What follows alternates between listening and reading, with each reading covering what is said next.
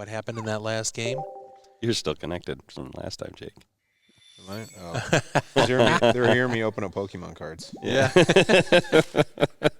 All right. We're gonna unpair you. And here. that's the season. I mean, where we're at in the season right now. We're Absolutely. so bored with even our own podcast. We're playing Pokemon Go. No, I'm playing Pokemon TCG Pocket. I'm opening up packs. Let's get it correct. I didn't get a hit though, unfortunately. Outside the den, inside the barn. Motor City Pride. We've been waiting long. Mic check 1, 2. Podcast booth tight. Been breaking down plays every Sunday night. From the den, we step to the bar, we roll. Analyzing film clips. How the stories told. Lions on. All right, welcome back, One Pride, to episode 18, going into week 18, the penultimate episode of this season of Outside the Den, Inside the Barn, the podcast made by us Lions fans for all of you Lions fans out there. My name is Jake. Next to me is cousin Lyle. There's big brother Josh down there. And Happy New Year, everybody. Recording on New Year's Eve.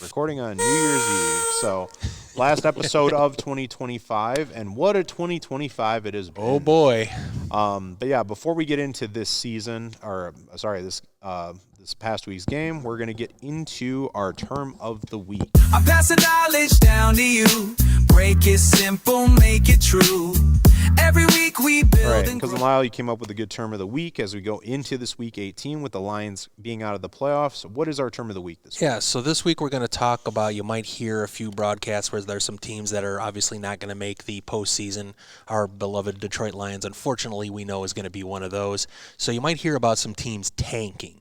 And you might say, well, what is tanking? So it's basically It's not driving a tank? It is not. It's not, driving a Panzer down the middle of the road, although you might need it. We do have some slippery roads out there again, unfortunately, right now.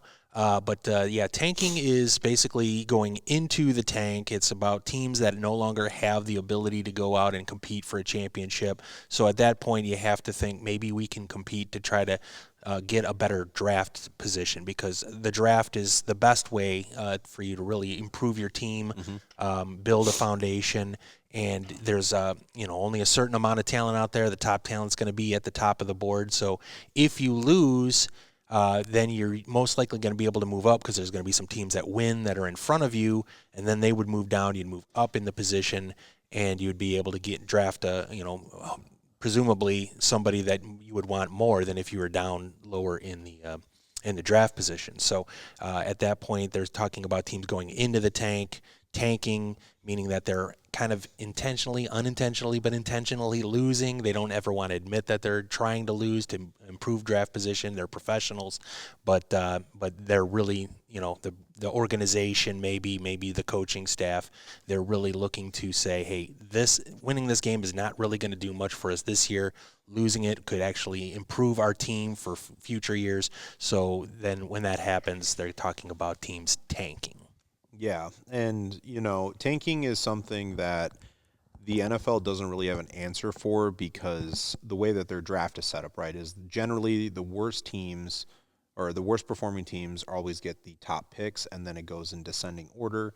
And then obviously the Super Bowl winner is supposed to have the last pick. Trades and stuff can alter that, such as, for example, the Rams are contenders this year. They're going to be the 1-2 seed, whatever it is in the NFC, but because of their trade with the Falcons, and the Falcons having a really down year, they're going to have a top 10 pick, if not a top 5 pick, which means the Rams really did themselves a disservice by losing to the Falcons on exactly. What was it, some Monday night, right? Yeah, exactly. So, but the NBA has tried to combat this with the lottery, which has for many years screwed over the Detroit Pistons, being a poor performing team who are not trying to lose games. Creates all of those conspiracy theories, and frozen envelopes, and So I mean, once again, we're going into this upcoming Week 18 game, having now been eliminated from the playoffs. There is an argument that there is a benefit to losing to the Bears this upcoming weekend. Obviously, there's a lot of really the only thing to play for is really pride, right? Not wanting to lose to Ben Johnson. We'll talk a little bit more about that soon. But ultimately, Brad Holmes. Wardrobe problems. And we'll talk a lot more about the draft in our end of the season, as well as some of our upcoming draft specials that we have in the works. But ultimately, at the end of the day, there's really nothing to play for, right? Outside of practice squad guys who may get the call up, playing for a contract, playing to put tape on film, playing for pride, beating former Detroit Lions offensive coordinator, now Chicago Bears head coach Ben Johnson, and once again not getting another NFC North loss. And sweeping the number one team in the NFC North would be really funny, especially because right now the Lions are somehow, do they still have a winning record, or are they 500 right now? They're 500 right now. They're 500 right now. They're the bottom team in the NFC North, which is crazy to think, having won. Last year's order is exact flip-flop of this year's. It's pretty crazy. That's just nuts. The Bears were the bottom, and it was the Packers. And it's embarrassing that we get swept by the Vikings because that team sucks. But we played the Lions worst two suck. games I think I've ever seen us play against the Vikings. Against the Vikings this year. Flores finally got when you talk about playing down tier competition, I mean we played below it. Yeah. But nonetheless, leaking into the next segment here. Yeah, exactly. But yeah, so that is our term of the week, tanking. Thank you, Cousin Lyle. And now we have to talk about the bad stuff. Montgomery running through the defensive wall. St. Brown catching every single call. All right. This past Thursday, Christmas Day, December 25th, 2025. Lump of coal.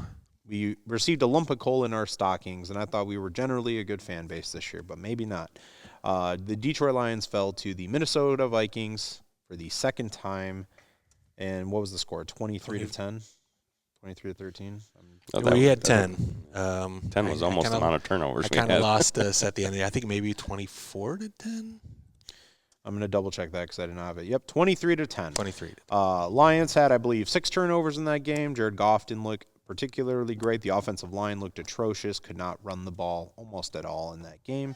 Couldn't hold on to the ball. However, I will say, little bright spot, and I may steal this from you guys, the Lions defense honestly looked pretty good.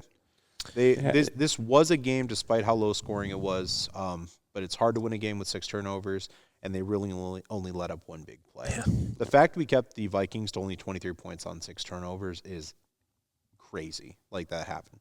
But, you guys were here at the watch party. I was unable to make the watch party this year. But yeah, tell me your guys' thought process, and we'll start with Big Brother Josh. And just going in with the defense, a lot of people are calling for Calvin Shepard's head. Don't know why, because I think the defense did keep us in those games that we did end up losing. And they played good enough for us to win if our offense clicked. And that complementary football that you keep hearing about from Campbell and all that just didn't happen this year. And it did in years past. We were beat up.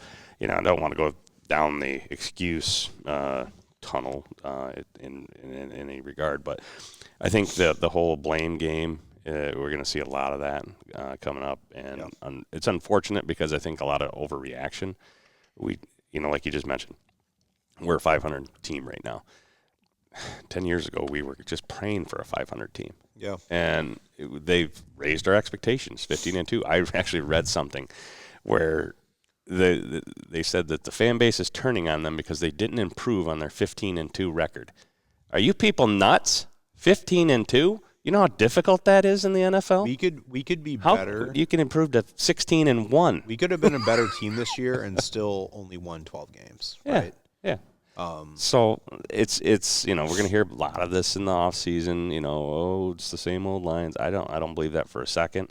I still contend that if you look at now 8 of our losses, 5 of those were very controversial at some point. And there's a couple other ones that happened during the non-controversial games. Not putting it all on the refs, but I'm putting quite a bit of a chunk on it. I mean, because you're seeing it almost on a game-by-game basis now, how pathetic it's getting.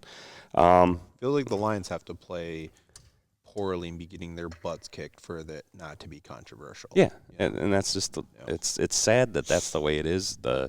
Stop injecting yourself, let the guys play, but also make the right calls at the right time, and don't throw us a couple, gimme penalties just to make it look like you evened it out, because you didn't.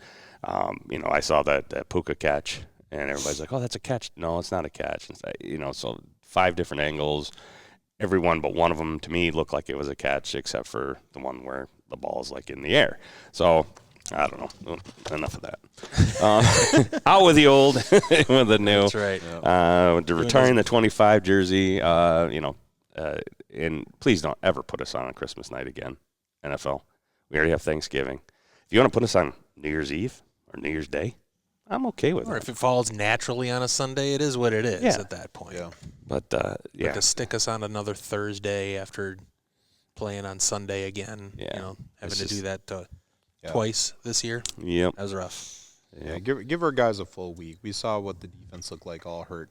But yeah, how about you, Cousin Lyle? Yeah, it was just I think these last two games were really the turning point of the season. I mean, we were sitting there at 8-6 after the Rams loss, and at that point, I think the first Minnesota loss was the biggest loss to me, and but 8-6 and thinking we got Steelers, we got Vikings, and we got Bears, and if we can get through all three, we're looking at 11-6. We're looking at a successful season. It was right there, and that was the disappointing part for me, was just watching how the Lions have played these last 2 weeks. And maybe it was, the combination of the coaching staff losses and the players that were unavailable for these games, that kind of a thing. But to see them kind of go, and not improve, not build towards that end of the season that they knew that they needed to have, and instead look like they were regressing a little bit to me on both sides of the ball. That's been the most difficult thing to see these last couple of years. These games. I really thought that we had built a culture that would be able to push through those things. That when our back was up against the wall, we would come out fighting. And I just didn't feel like the Lions really did that in these last two games here. I felt like they let the games dictate to them exactly how it was going to go instead of the other way around. So, just a very disappointing thing, and really, I think it was amplified. You can tell we didn't even exactly know what the final score of that game was. All that we knew was it was lost. It was lost early. It was lost by the time that I think the half of the fourth quarter had rolled around, we'd kind of come to grips with what was happening here. Yeah.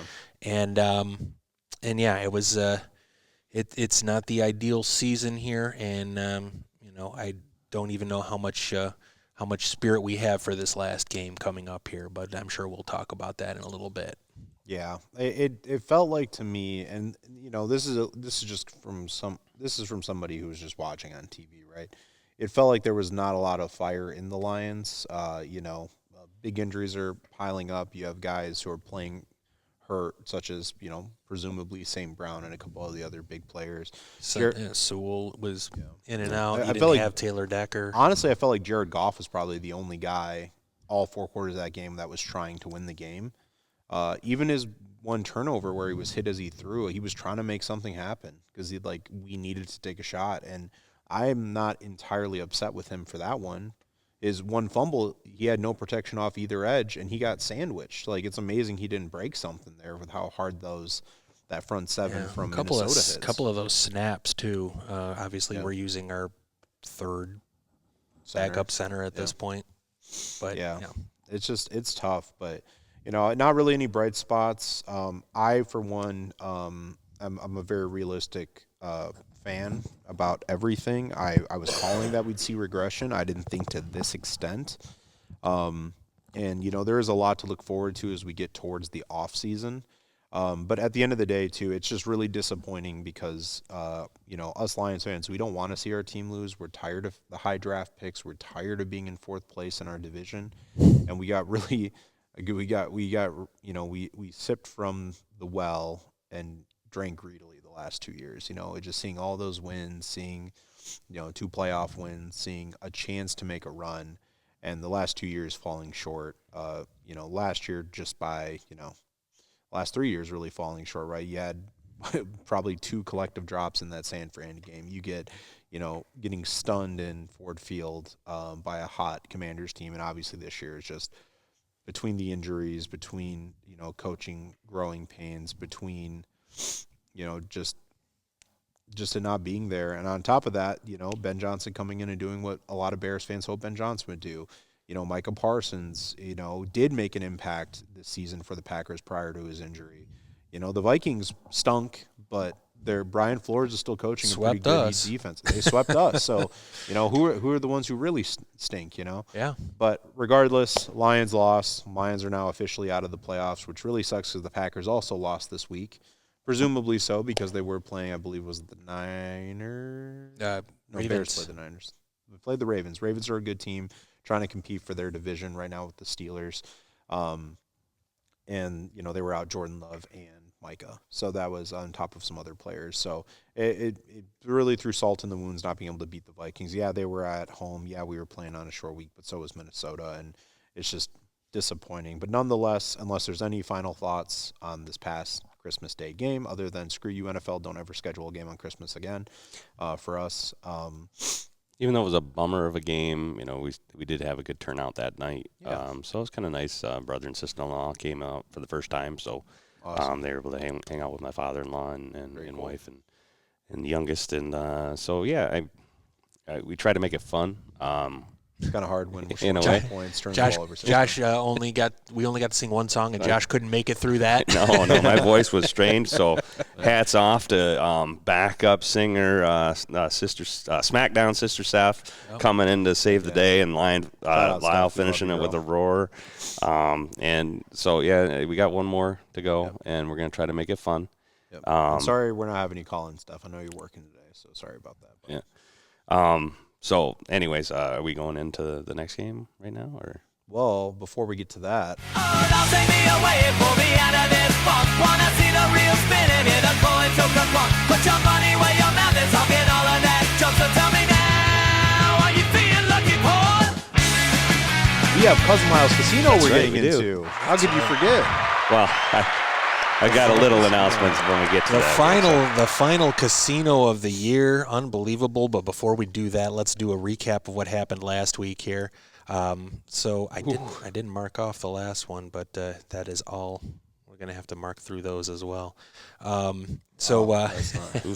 Week 17, Lions versus the Vikings, and as you can tell, we were very optimistic about the Lions in this one. We Didn't work out had so to well. be. We had to be, but So number one question was restore the run. Would the Detroit Lions get over 100 yards rushing as a team in this game? Yeah, they fell way short again. Unfortunately, could not get the running game going. Ended up with 68 total yards rushing.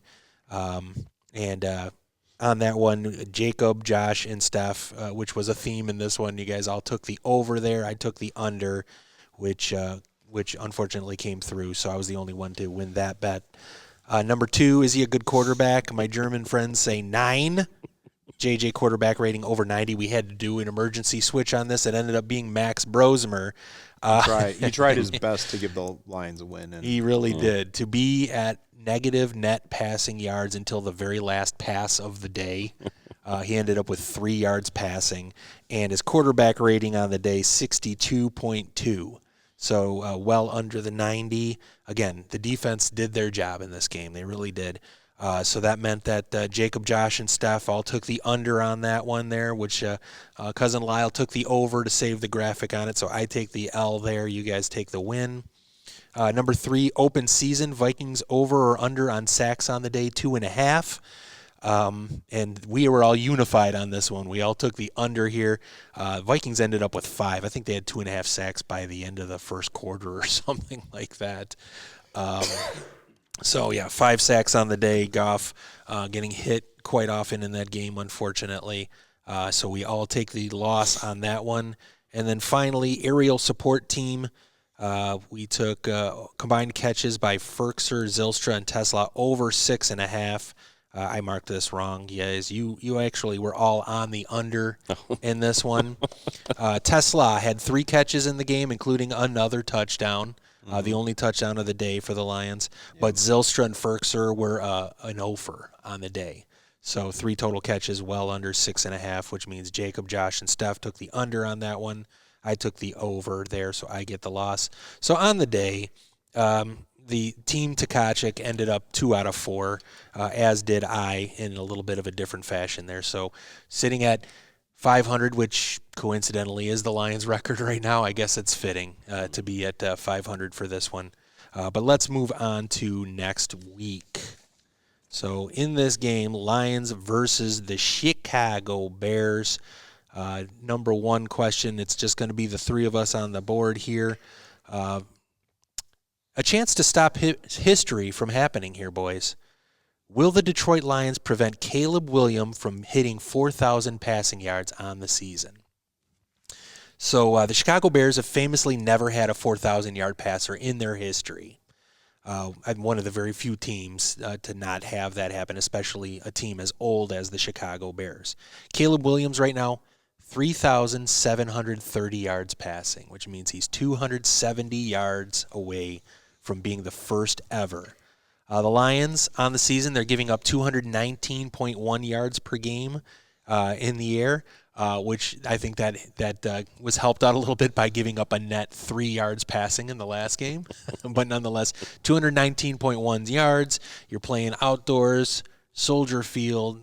Got some elements. You got some obvious concerns about what next. What's holding next for Chicago going into the playoffs. So the question here: a chance to stop history from happening. Can the Detroit Lions hold Caleb Williams under 270 yards and prevent that 4,000-yard passing from happening? As always, we're going to start with Jake on this question. So there's a couple things that go into my answer here. First of all, you're going to see a severe pivot. They'll allude to what some of my answers are going to be for this upcoming casino. The Lions were criticized at times in their 15-2 run last year in the regular season for running the score up on teams, such as the Dallas Cowboys, such as Jacksonville, such as Tennessee. Mm-hmm. The big thing with that, right, is there was a lot of criticism on Dan Campbell being the one to call these plays, but the offensive play caller was Ben Johnson. Ben Johnson likes to make a statement. Ben Johnson in Chicago last year, that was his audition tape. And guess what? They got 50 points dropped on him in week 2. Was it week 2? Or week Yep, 3? week 2. Week 2. Your mic keeps cutting out a little bit. They got 50 points dropped on him in week 2. He's going to do the exact same thing to them this, or he's going to try to. And I just don't think the Lions have it in the gas tank to be able to stop it. I think Chicago is their first 4,000-yard passer with Caleb Williams this upcoming week.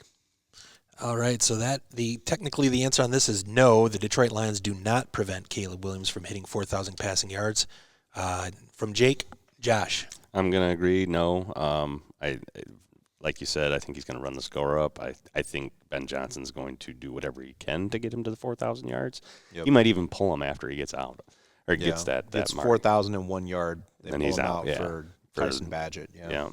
And then regardless, the NFL will inject themselves somewhere in this game to make sure that happens. So that's my.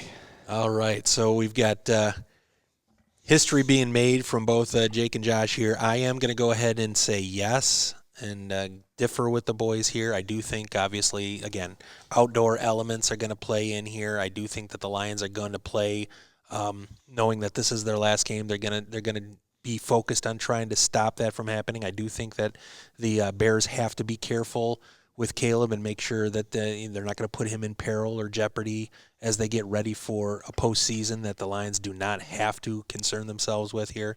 So I do think that it is going to be something more, and I totally do see where you guys are coming from, that Ben Johnson's going to be cognizant of this. He's going to be looking for this, and that could be something they come out and throw the first 10 plays of the game or something like that. It's not just Caleb's number; it's going to be his number because he'll be the one that. Yeah. So I can see that, but I'll go ahead and I'll say yes, that we can stop that from happening, so that the Bears still have that ignominious tradition going there. Number 2, Ja rules. Will Jahmyr Gibbs tie or break the Lions' single-season record for catches by a running back in a season? So currently, the record for most catches by a running back in Lions history in a season, Theo Riddick, 80 catches in 2016. Or no, 15, excuse me, can't read that.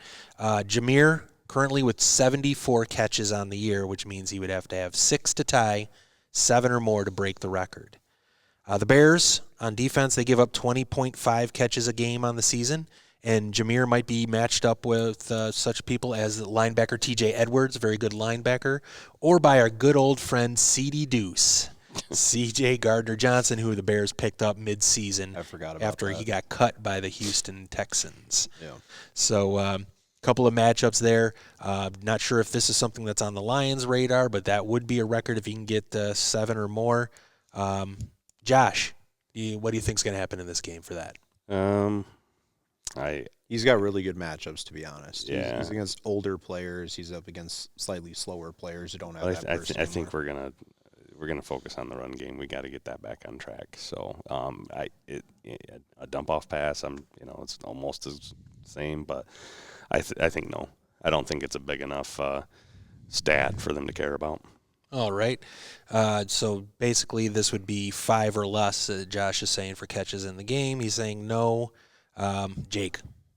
I'm going to say no. We're going to go a little bit more into it later, but I don't expect a lot of usage of Jahmyr Gibbs, if any at all. I could see them not activating Jahmyr Gibbs for this game because he is such a focal point of this team. And this is, once again, the only thing to play for is pride from the Lions aspect, and Dan Campbell is the kind of guy who's going to put out the best to try and win and not lose to Ben Johnson.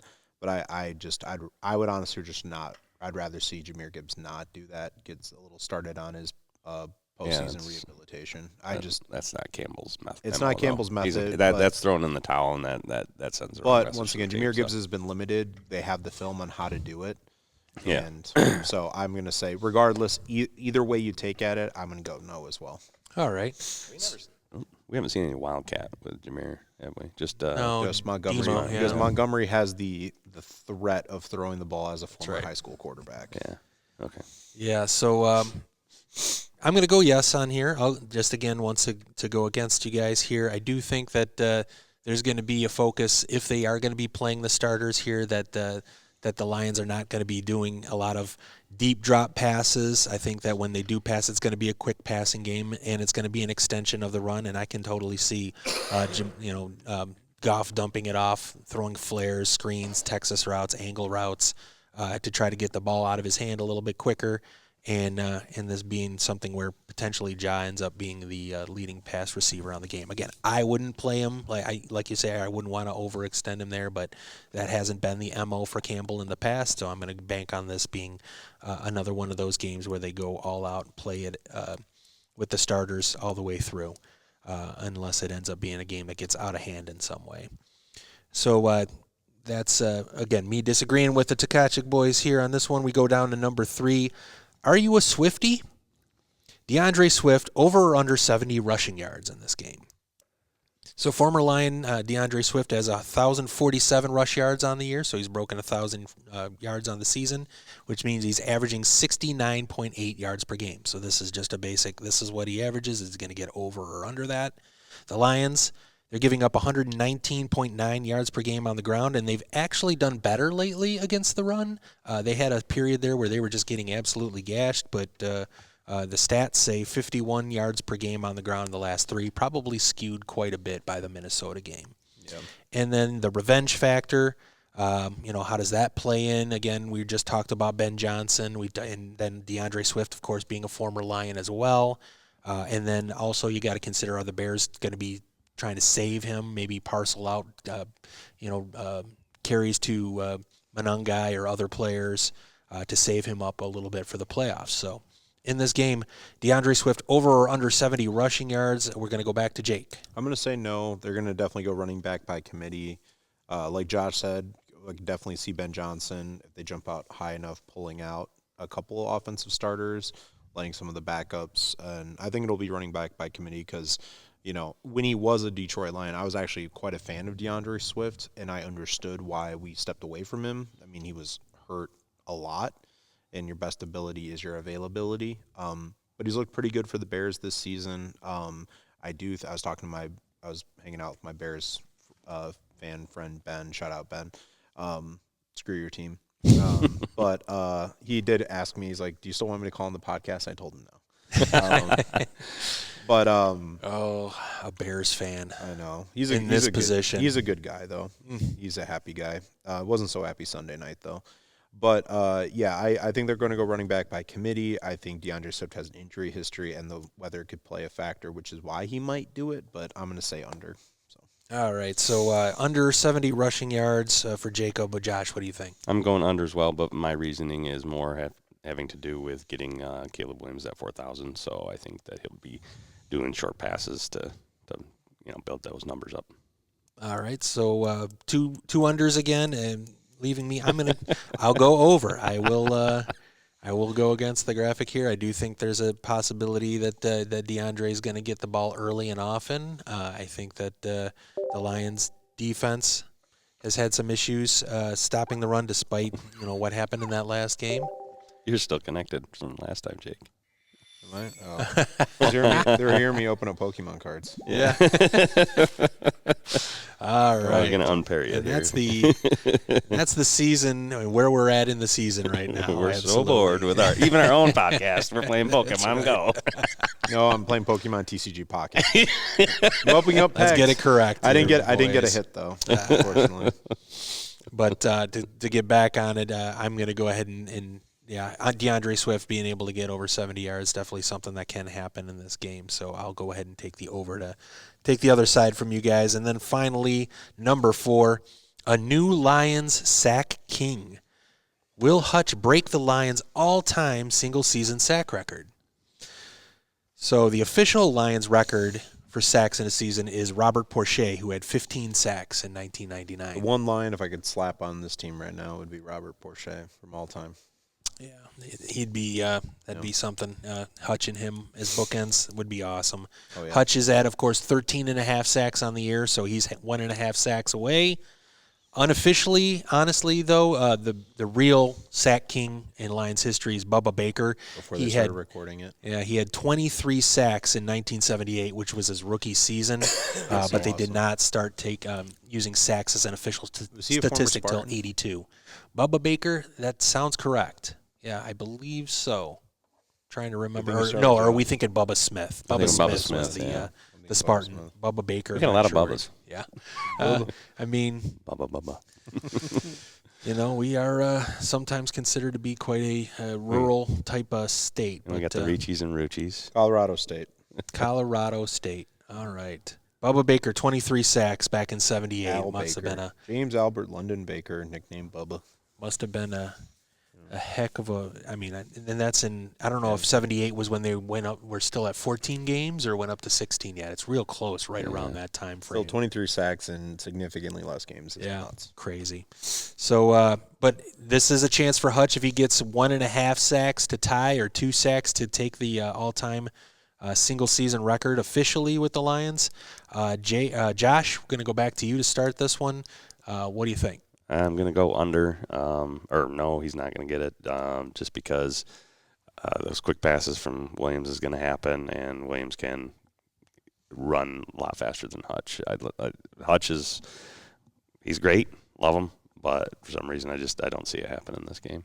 All right, so that's a negatory from Josh. Jake, do you agree? Josh or I is going to win this one. I'm going to say yes. Do I want to play out there in this game? Not really.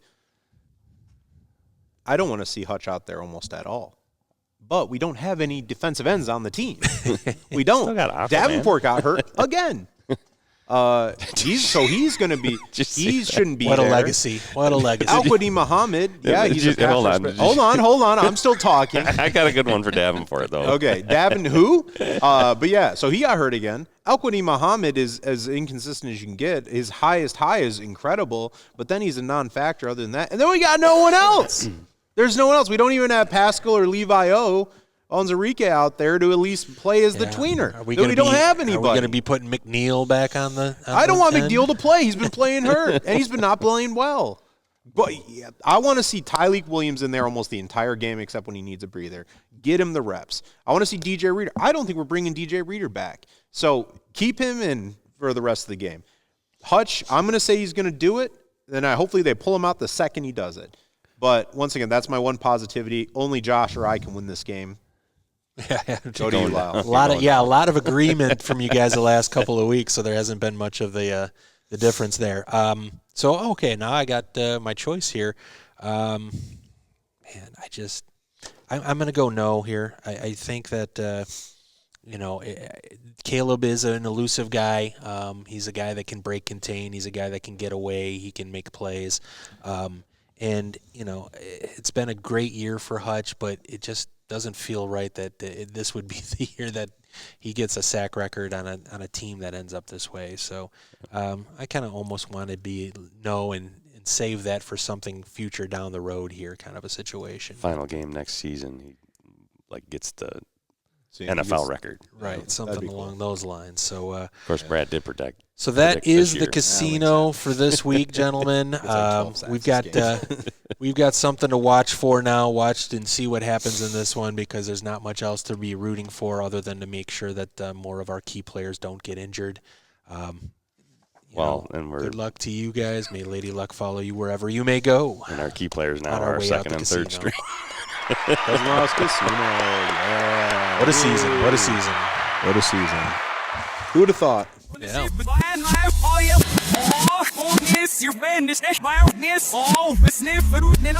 All right, so now we have officially, I forgot when it was posted, I think it was posted Monday, or yesterday, but the Lions are playing this Sunday, January 4th, at the 4 o'clock slot in Chicago against the Bears. I'll be honest with you guys, we are recording this fairly early. We're recording this on midday around on New Year's Eve, so we got quite a couple days to the game. There's not really a lot of lines out. For people who want to bet, though, the Bears right now are just a 3-point favorite. Oh, it's gone up. I may throw a lot of money on the Bears to win, because I think the Bears are going to win by a lot more than 3 points, not to spoil our score predictions later. Jake knows the script. I know the script. I've done pretty good on my locks of the game, haven't I? You have, yeah. We'll talk about that shortly. Guaranteed over 500. I'm guaranteed over 500. I'm guaranteed positive money on the year. I know Jake's my in the stuff. playoffs. So, the Bears are opening up a 3-point favorite. Lions money line is at a plus 132, so they're expecting it to be a close game. I don't think it'll be a close game personally. The point total is 49.5, so they're going to say 50 points in total. I personally think Ben Johnson's going to try and drop 50 bomb. I think he wants his Waymo burger. So that's what it's going to happen. So I think that there's a lot of things here saying that why not put your money on the Bears, but then that also means the Lions can play some pretty big, massive spoilers. But yeah, so the Lions, to kind of summarize really quick, they're a 3-point underdog. Bears are their line as of New Year's Eve is -3. Lions money line is a plus 132. So Vegas is still saying that it's going to be a game, and obviously this is going to depend on whether or not the Bears sit starters, because ultimately this game means nothing to them. I think they're relatively locked in their spot. There might be some parity there, but because the NFC West is still battling it out to see who's going to be the top of the NFC West. And then the NFC South sucks. They're horrible. And then you got the East, which is Eagles. Comfortably the Eagles, because the Cowboys I don't think will catch them. But regardless, Lions open up an underdog. We could have seen that coming a million miles away. The Bears are one of the top teams in the NFL this year after having gotten 50 points dropped on them. They don't even have touchdown lines out yet, because we are recording this relatively early compared to when we would normally have these lines. I think the holidays might be pushing that back as well. But yeah, so we're going to go through and just highlight our matchups really quick. Once again, some of these matchups may be proven moot point depending on if these teams are sitting any players. But Josh, we're going to start with you, buddy. I don't know. I'm lame. Weather versus both teams. Yeah, I get that. Yeah, Jared Goff, as I think Philly Zach said it in his appearance for the Eagles episode, Goff has put a number of those demons to rest. We saw in the Stumble Bum game, a game you and I were at last year, Josh, with some of our family. Memories. So, yeah, but going back to Josh's thing about the weather, weather plays a big part. Obviously, we've had some kind of weird weather the past couple days. A lot of high winds. It is the Windy City, and that can really affect the game itself. But now to you, Cousin Lyle. Yeah, I'm going to look at we talked a little bit about it in the casino. Caleb Williams really has started to flourish. I think I'm going to give a big assist to Ben Johnson on what he's been able to do with him. Yeah. He's always had the ability and the talent, but he really seemed to be, and he's still erratic. He's still got his issues with anticipation and he's throwing. a second-year player. Yeah, so. But just his natural ability to throw on the run, especially if he's running to his right. He's got an unbelievable throw on the sidelines that he can make. I'm going to want to see, will the Lions be able to contain him? Will they be able to, make sure he's not getting outside of contain? Because that's when I really think he's at his most dangerous, is breaking outside of the pocket and making plays there. I really want to see our defensive line against Caleb Williams, keeping him in the pocket, keeping him to a point where he's got to, read and throw and make, throw to his second and third options. If you can do that, I think you can have some success against Caleb Williams. Yeah, I couldn't agree more on that one. The matchup I'm going to take is a matchup we have seen. Some of us have seen actually in person, having gone to training camps. There's a lot of people calling for Calvin Shepard's head. Johnny Morton, completely understandable. This team is too talented to play as poor as they have. And you can attribute that to many reasons: inconsistency in terms of starters or offensive line play on the offensive line. You can contribute to a lot of things. But Calvin Shepard was on that defense, coaching the linebackers on that defense every day in practice against Ben Johnson when he was the offensive coordinator.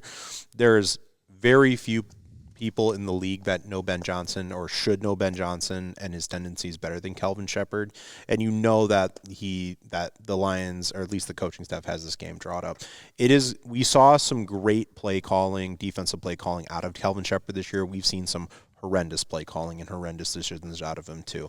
As a first-year coordinator, and especially with the injuries we've had, I don't think it's time to cut him. But if somebody like a Robert Saleh became available, or like a Coach Spagnuolo, Todd Bowles, if any of those guys became available, guys who have coached elite defenses, even on bad teams that they had, coached elite defenses, I'd obviously Robert. And then, I've saw some things, some Brian Flores' contract is up this year. So obviously the Vikings are going to want to retain him as much as possible. But, Brian Flores became available and showed an interest. That defense has kept, that defense alone has caused so many issues for the Lions, has caused a lot of issues in the North. And so He'll go for a head coach. Right. But outside of those. There's a reason why most teams will stay away from Flores as a head coach. I'm not going to get into that in the podcast. I don't know if you know about that stuff. We'll talk about it after. But the odds of him getting a head coaching job are very low. Yeah. Really? And we'll talk about that shortly.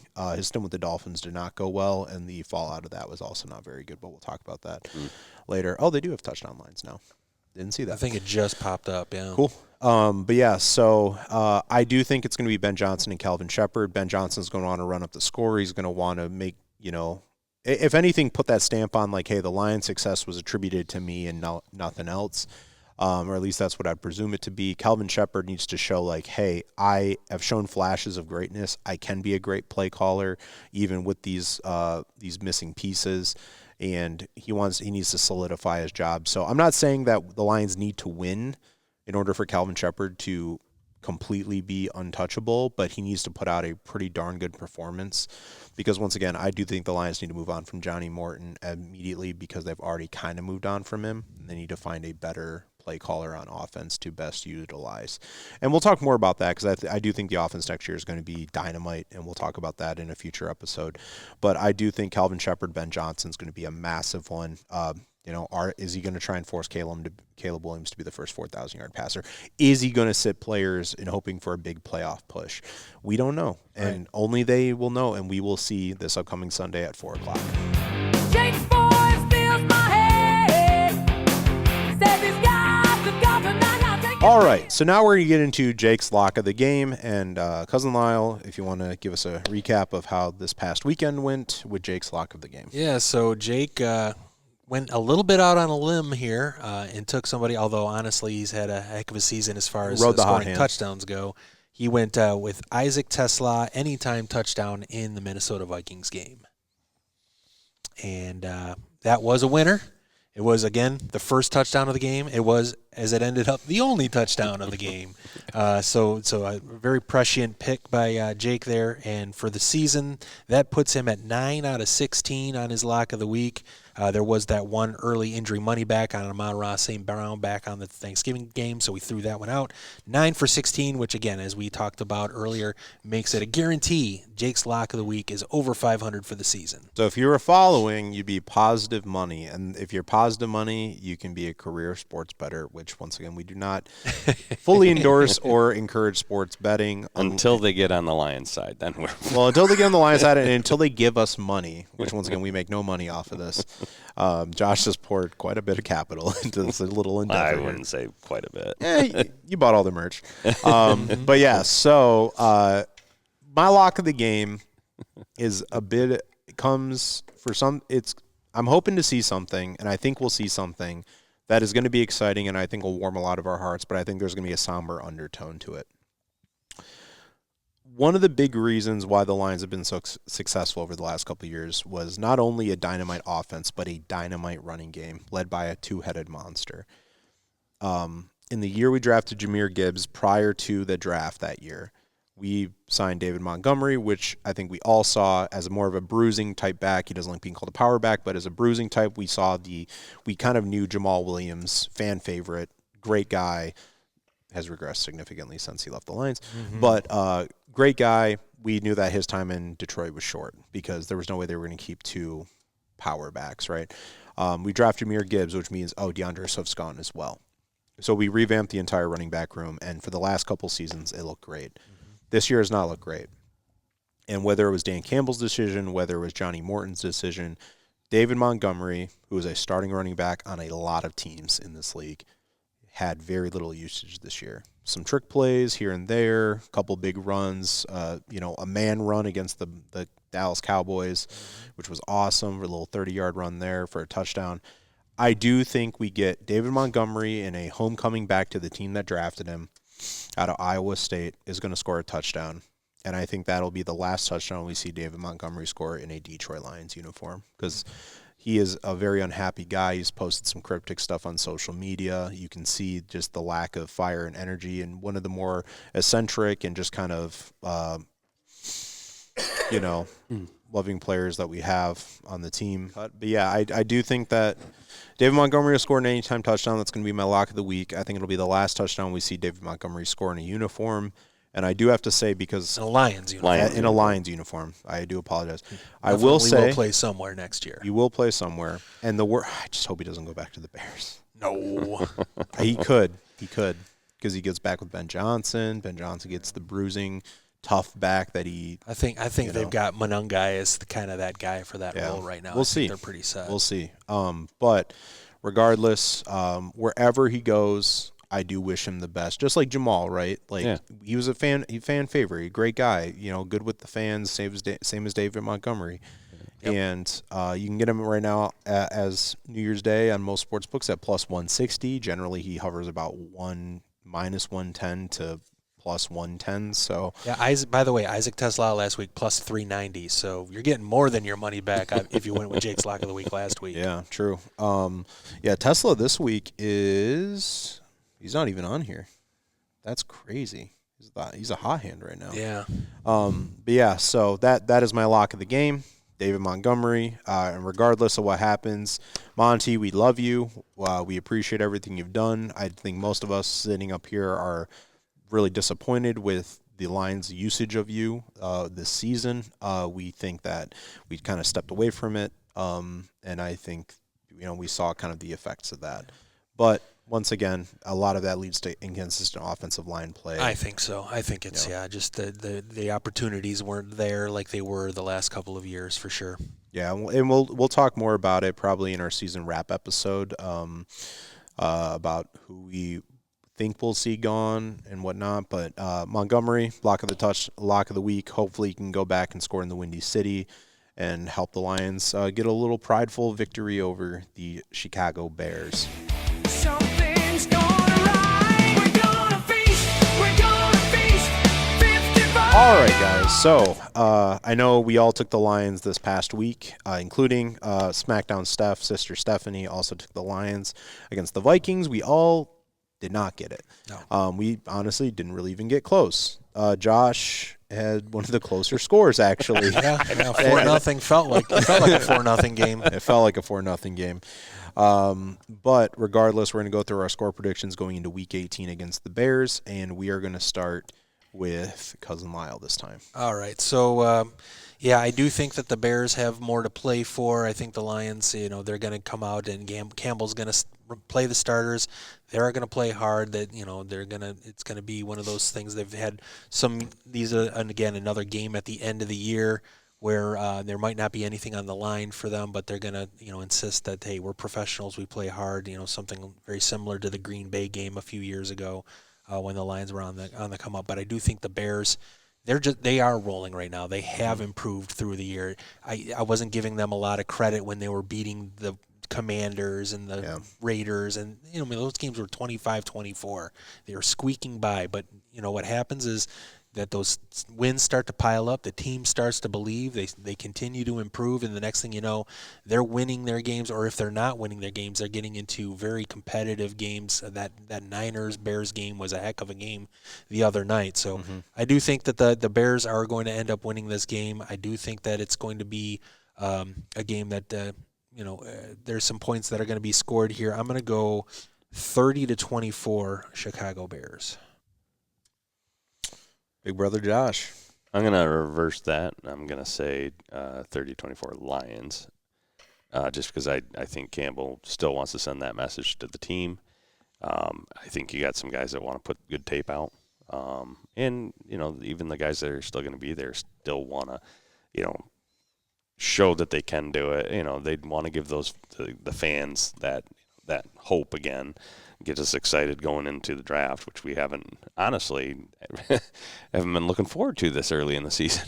So anyhow, I think we'll be pleasantly surprised. I'm gonna always root for the Lions regardless. So that's my take. Jake is disgusted. No, I'm disgusted with myself. Oh. What you gonna do? I think the Lions are going to score 17 points.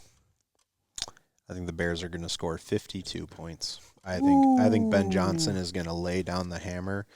I think he's going to be looking over at. I'm expecting a Jim Schwartz and who's the coach? Jim Harbaugh situation where they're going to run up and they're going to go to shake hands and he's just going to be like, I got Campbell. And then Campbell's gonna break him in half. Yeah. He's gonna go take for your shirt it, off and there, the second buddy. he grabs the hand, he's just gonna do like the ow. No, I do not want to see the Bears. I don't want to see any of the Lions' big money players. I don't want to see Penei Sewell in. I don't want to see Jameer Gibbs in. I don't want to see St. Brown in. I don't want to see Jared Goff in. I fine with Jack Campbell. He's a durable guy. Plus, I want him to be an all-pro. I think he should be an all-pro. I don't want to see any of the big money guys in. I don't want to see Aiden Hutchinson overextend. I want to see the rookies stay in to get them more reps. I just throw Kyle Allen in. Don't risk Jared Goff. Next year is going to be better. We're playing a fourth-place schedule. You have Mahogany and Ratledge with almost a full season under their belts. I know Mahogany got hurt again, but now he's played pretty much a full season. And you got Ratledge, fighting through this as well.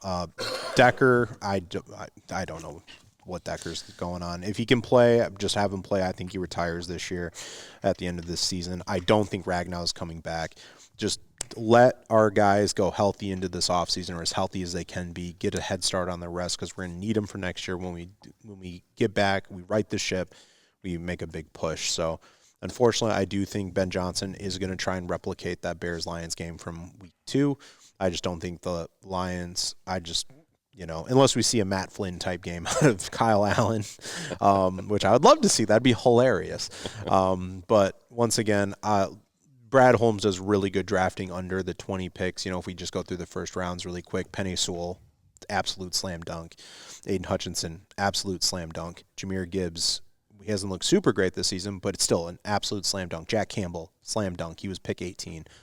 And then you get into Terrion Arnold, who he is better than a lot of people think he is. Oh, yeah. Just look at the numbers all year when he was in, when he was. When he's in, we objectively play better. Yeah. He's a little too early, so you can't really say if he's a slam dunk. Tyleik Williams is looking like he'll be a pretty good player. They reduced his snaps when Ali McNeil came back.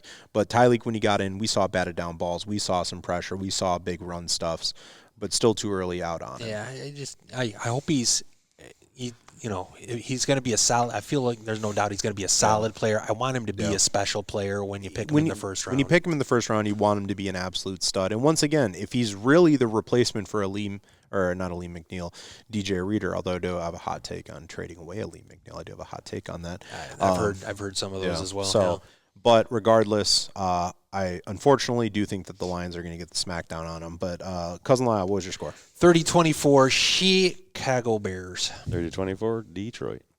And I'm going to say 52-17 Chicago Bears. It feels disgusting. I may have to go jump in that frozen river just down the road to wash off my sins. Yeah, I may have to go get baptized a second time.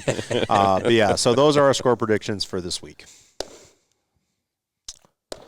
All right, so unfortunately, no Crazy Play Steve today. He is currently giving blood. He is giving back to those who need it, donating blood this morning. I did see him, though. He does wish everybody the best, and he did want me to say Happy New Year to all of you Lions fans out there, and you occasional Bears, Eagles, Giants fans, those who watch the show, and those who I've told to watch the show who just won't.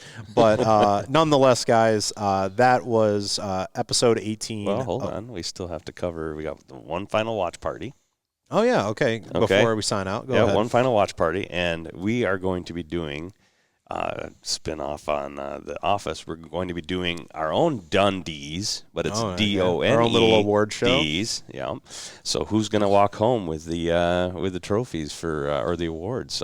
We got a list of them out. Are we going to do voting at the thing, or nope? These are just going to be off the cuff. What Josh decides, huh? I don't want to say that everybody's going home with it. I'm not the MC and the committee all in one. Yeah. What? Just because you spend all the money on the food and you host it and you do all this stuff, you decide. Bad with power. Bad with power. Bad with power. Well, I might. Tori sent me a list of 15 or 20, so a couple of those would be in there. And, you guys want to talk about that at the watch party?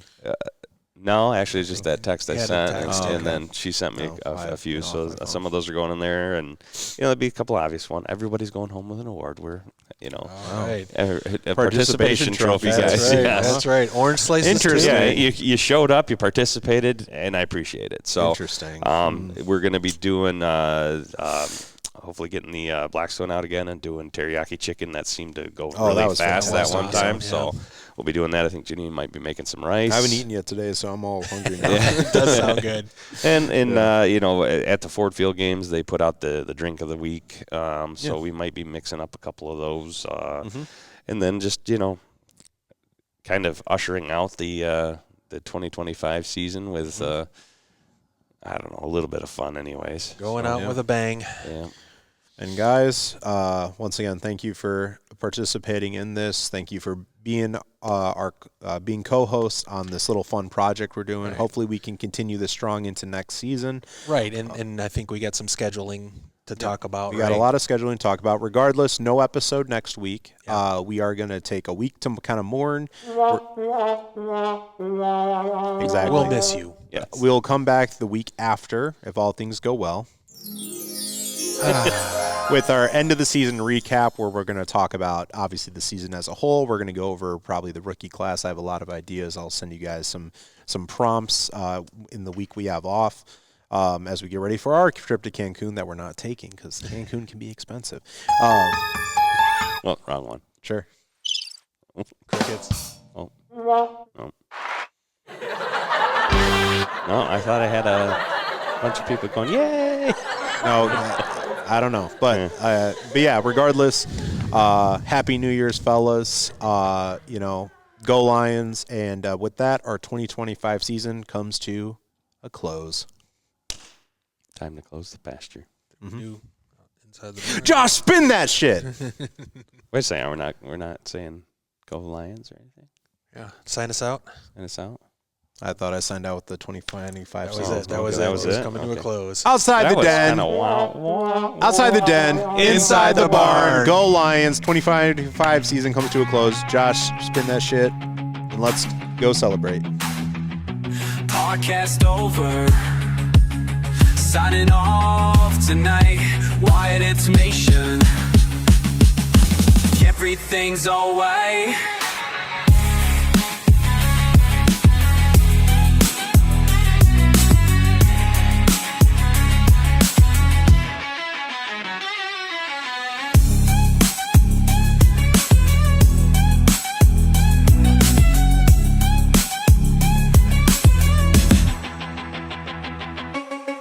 Oh, Jet, school.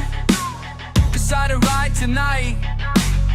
Lions Nation. Everything's alright. It's all right. It's a musical episode. Nice. Yeah, we could do that. We got to say everything like that random Scrubs off episode. tangent. And Lyle, I think you'd understand this. So at the family Christmas party I went to for me and my fiance, over the weekend, That did happen. It did happen. Congratulations. Thank you. Yes. Thank you. So we were doing White Elephant, and they opened up these cards, and you had to essentially do what was on the card. So it's like, blah blah blah. Trade with somebody wearing green. Pass the present you're holding to your right, because it's like a big musical circle thing. The card I said something, sing a Christmas song, or sing a song from a Christmassy song. And I honestly, I'm not a good singer. But you and I love doing karaoke, Lyle. It's a lot of fun. We need to go again soon. Hopefully, I don't know if we're going to have time before the students come back to go to Crunchies, but I sang probably the best possible rendition of the first half verse of the of Nat King Cole's A Christmas Song. Mm-hmm. Chestnuts roasting on an open fire. No reaction. Not a, oh, that was pretty good. Not even a, wow, my ears are bleeding. Just no reaction. And I'm like, that hurt. Worst, yeah. That hurt. It would have been better if somebody said, oh, that was bad, or hey, don't quit your day job. Right. But nothing. No just reaction. went I was like, on. all right, Who's next? yeah, it was. I got finished look at with it from the positive aspect. They were so stunned. They were speechless. No, that's not what it is. Lyle knows. Imagine you get done with singing the Humpty Dance or something, right? And there's no reaction. I know. How can that happen? That is some work. reaction. Philly Zach backed me up on this. He played bass and drums and was sang in bands throughout college and stuff. That no reaction is worse than booing. Boo me, because then it's kind of funny. Especially you're with the new in-laws, quote unquote. It hurt. It hurt. But back to football. Just had to tell you that one. That happened over the weekend. But yeah, so